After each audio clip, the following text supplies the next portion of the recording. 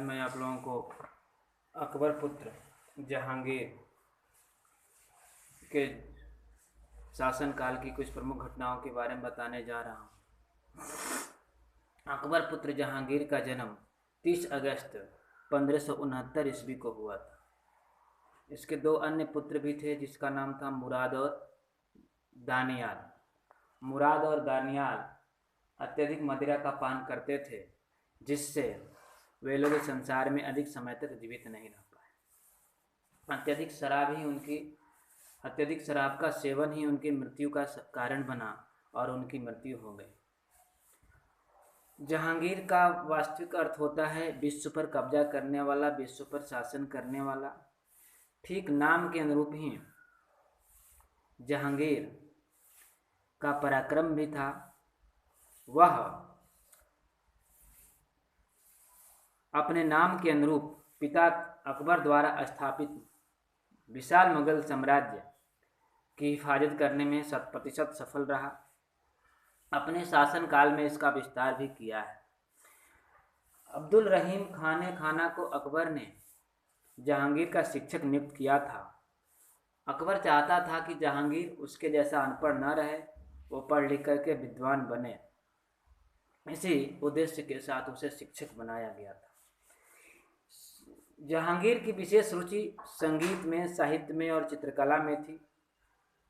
आगे चलकर के जहांगीर का विवाह 1585 ईस्वी में आमेर राजा भगवान दास की पुत्री मानबाई के साथ संपन्न हुआ। अत्यधिक स्नेह के कारण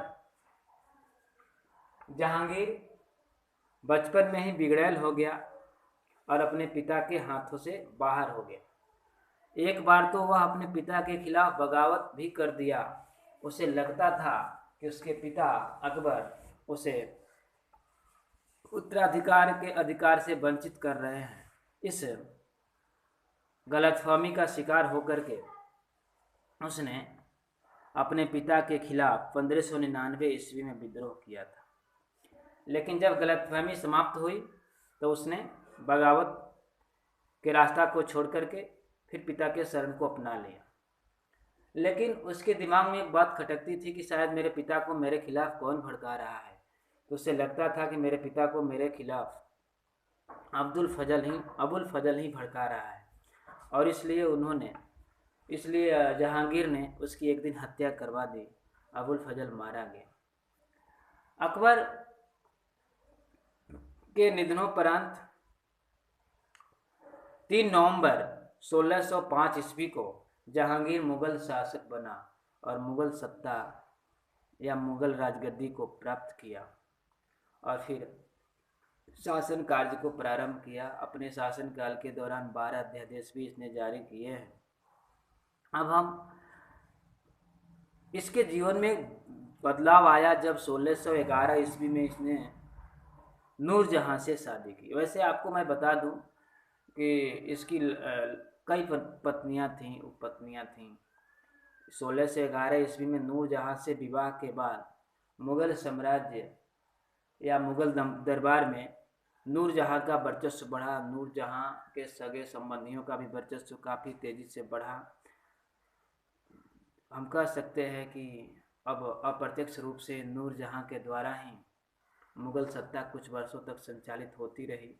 यह नूरजहां मुगल काल की पहली महिला थी जिसने अप्रत्यक्ष रूप से मुगल शासन को कुछ वर्षों तक चलाया, मुगल सत्ता पर आरूढ़ रही थी।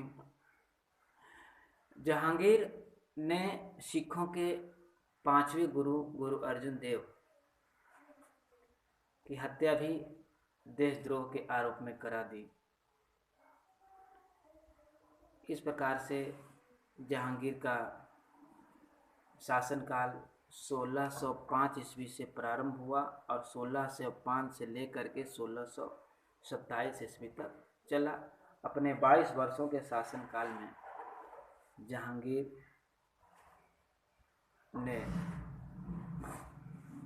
अपने विशाल साम्राज्य की हिफाजत में सफलता प्राप्त की और साम्राज्य को मजबूती प्रदान किया।